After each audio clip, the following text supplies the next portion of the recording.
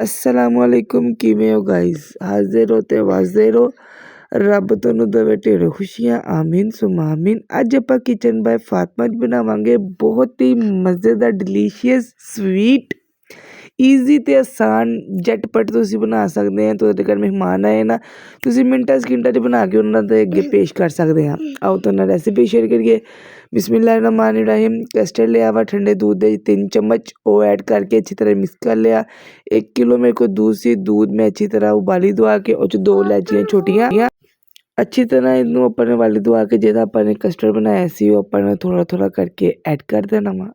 जिद्दां ही अपना custard thick होगा तो अपन इनू उतार के साइड ते रख देना वा। ठीक है, चीनी इहदे च डालनी है।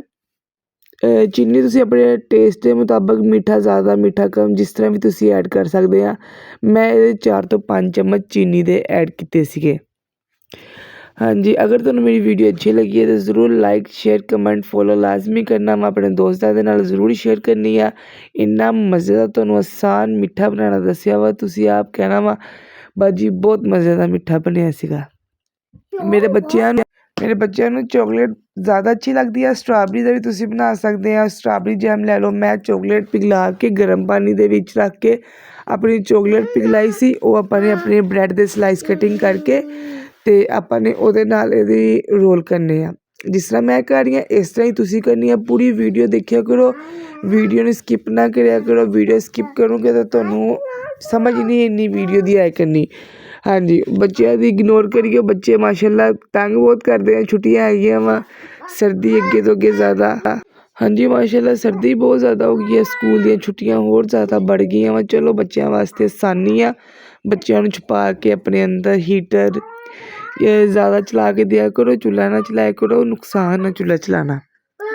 बच्चों को पता नहीं चलता है तो हाथ वगैरह जला लेंदे अपने। तो माशाल्लाह मेरे इन्ने प्यारे रोल होए सी। ज़रूर तुसीं बच्चों नू बना के देना वा। बच्चे इंशाल्लाह ज़रूर इंजॉय करेंगे। हाँ जी, जिस तरह ही अपने रोल हो गए सी तो मैं ब्रैड नू कटिंग कर लिया सीगा ते मैं ऊपर ठंडा करके कस्टर्ड ऐड करता हुआ। मैं इस तरह कस्टर्ड बिल्कुल अपनी रेडी कर ली सी डिश। उस तो बाद अद्धा घंटा मैं फिर फ्रिज च रखिया सी ठंडा ठंडा खान दा इन्ना मज़ा आया। तुसीं भी बनाना वा ते ज़रूर इंजॉय करना वा। हाँ जी, ते अपने भैन भरावां दा ख्याल रखो। अल्लाह सब दे भैन भरावां नू सलामत माँ प्यो नू सलामत रखे आमीन सुम्मा आमीन। माँ प्यो दे नाल भैन भरावां दे नाल बहारां हुंदियां वा ते अल्लाह सब नू सलामत रखे आमीन सुम्मा आमीन। ओके अल्लाह हाफिज़, टेक केयर।